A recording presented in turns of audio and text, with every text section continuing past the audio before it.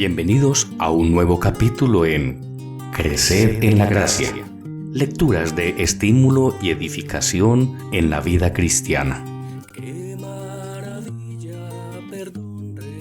Vivir para sí mismo o vivir para Cristo.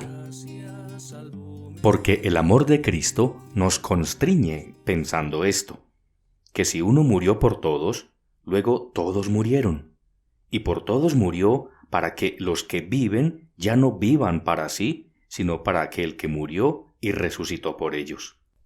De manera que nosotros de aquí en adelante a nadie conocemos según la carne, y aun si a Cristo conocimos según la carne, ya no le conocemos así. Segunda a los Corintios 5, 14 al 16. La lectura de estos versículos nos sugiere pensamientos muy simples, pero a la vez de mucho peso para nuestra vida y nos conduce a formularnos una importante pregunta. ¿Para quién vivimos? El versículo 15 del capítulo citado dice: «Y por todos murió, para que los que viven, es decir, los creyentes, ya no vivan para sí, sino para aquel que murió y resucitó por ellos». Todos estaban muertos, tanto los creyentes como los incrédulos.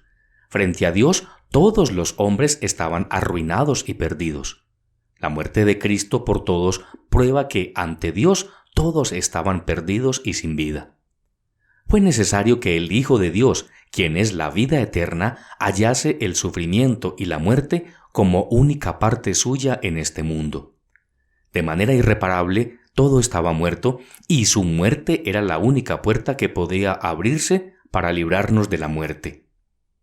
Por todos murió. El texto no dice para que todos vivan, aunque ciertamente en Cristo se halla abundante vida, vida eterna para todas las almas, pero Él no fue recibido, nadie lo deseaba. En consecuencia, obró la gracia y muchos, aunque no todos, lo recibieron. Por eso el texto añade, para que los que viven, es decir, aquellos que creen en Él, y por ello tienen la vida, ya no vivan para sí, sino para aquel que murió y resucitó por ellos. Día tras día, en todas nuestras circunstancias, se presenta la pregunta: ¿vivimos para nosotros mismos o para aquel que murió y resucitó por nosotros? ¿No tenemos que reconocer con humillación que es preciso juzgarnos constantemente al respecto?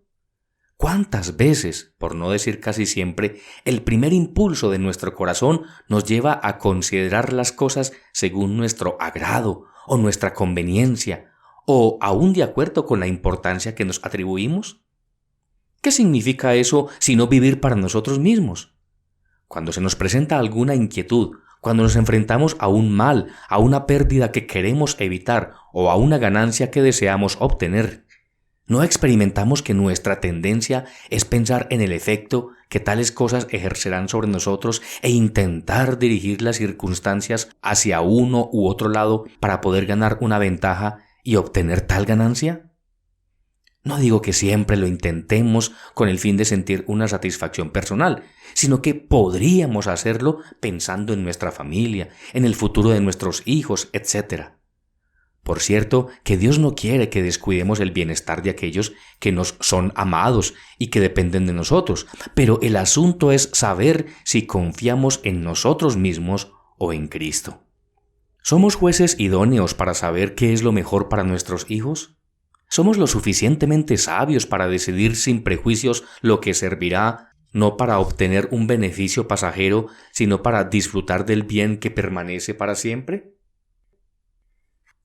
Los creyentes tenemos dos naturalezas, una que siempre procura agradarse o exaltarse a sí misma y otra que, por la gracia de Dios, está dispuesta a sufrir por Cristo y se apega a lo que pertenece a Él. Pero, tal como el apóstol dice en otra parte, lo espiritual no es primero, sino lo animal, luego lo espiritual. 1 Corintios 15:46. Esto es precisamente lo que experimentamos en la práctica. El primer pensamiento que surge frente a la prueba y la dificultad es el que proviene del hombre natural, quien se expresa así: ¿cómo saldré de esto? La vieja naturaleza nunca dirá: ¿cómo podré glorificar a Dios y hacer que esta circunstancia redunde en gloria para Cristo? Incluso si vislumbramos alguna perspectiva que nos permita mejorar nuestras circunstancias, lo primero que aparece es el pensamiento del hombre natural. ¿No deberíamos mantenernos en guardia frente a esto? ¿No deberíamos recordar que siempre nos acecha este gran peligro? Todos nosotros somos probados de muy diferente manera. Lo que significa una satisfacción para uno puede no serlo para otro. Pero existe un peligro que es igual para todos. Tenemos una vieja naturaleza que se ama a sí misma y que procura satisfacerse y, por lo tanto, tenemos la tendencia de ceder a los deseos de tal naturaleza según el primer pensamiento que brota del corazón. Pero permitamos que únicamente Cristo sea el objeto de nuestras almas.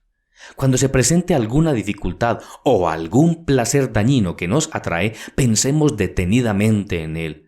¿Cuál será el resultado de esta actitud? Desaparecerá todo lo que proviene de nuestro hombre natural, pues lo habremos juzgado. Entonces estaremos en condiciones de decir, esto no glorifica a Cristo. ¿Y para qué estamos en este mundo sino para glorificar al Señor? Recordemos que Dios ha obrado en todo a fin de hacernos aptos para estar en su presencia. Nos hizo aptos para participar de la herencia de los santos en luz, Colosenses 1:12. Este es un hecho inalterable. Pero conociendo la perfecta bondad manifestada por nuestro Dios y Padre, la cuestión práctica que se plantea a nuestra alma es saber si nuestro corazón permanece aferrado al gran hecho de que Él coloca a Cristo muerto y resucitado ante nosotros, a fin de que ante los ángeles, así como ante los hombres, y en su propia presencia, se vea un maravilloso espectáculo, el que ofrecen aquellos seres que antes vivían solo para sí mismos, pero que ahora son elevados por encima de toda circunstancia mediante la persona de Cristo colocado ante sus corazones. Que este gran hecho mantenga todo su valor en nosotros, cualesquiera que sean las circunstancias que atravesemos día tras día. Esto reviste inmensa importancia en el andar de cada creyente. Hay otras grandes cosas que tienen relación con la Iglesia y que son grandiosas porque están edificadas sobre Cristo, quien debe ser el objeto de cada individuo que compone la Iglesia. No nos engañemos a nosotros mismos. Ningún formalismo puede corregir las faltas que provienen del corazón natural. No dejemos de sondearnos para ver si vivimos para nosotros mismos o para aquel que murió y resucitó por nosotros. W.J. Hawking, El tesoro bíblico, 1862. Por gracia salvo soy, esta es mi historia, de Dios es la gloria, que solo por gracia salvo soy.